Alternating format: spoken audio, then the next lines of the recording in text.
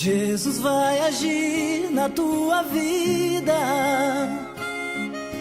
mas você precisa se entregar. Não dá mais pra viver de aparências.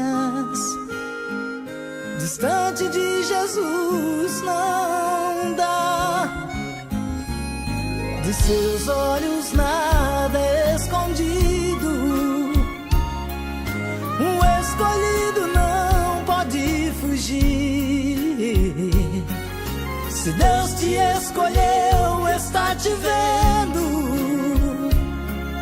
E mesmo que estejas te escondendo, Deus te chama e quer falar contigo.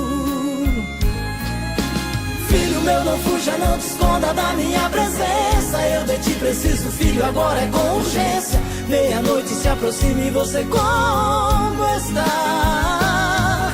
Fui eu que te formei do barro, te escolhi pra ser um vaso para em minha obra, filho, ser usado. Estarei contigo quando a provação chegar.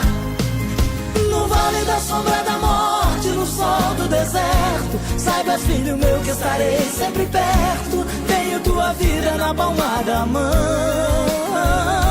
Não vou deixar o inimigo ferir meu ungido. Serei o teu refúgio, teu melhor abrigo. Na hora do perigo, a tua proteção vou te guardar. Ninguém vai te tocar, te proteger, pois amo você.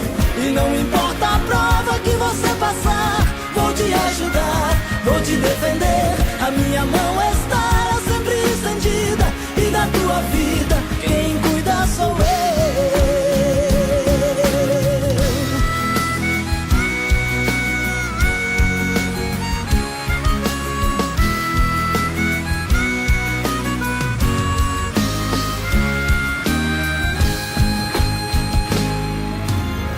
Meu, não fuja, não te esconda da minha presença. Eu de ti preciso, filho, agora é com urgência. Meia-noite se aproxima e você como está?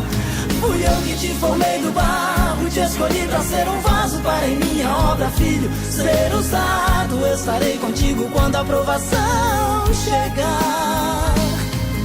No vale da sombra da morte, no sol do deserto, saiba, filho meu, que estarei sempre perto. Tenho tua vida na palma da mão.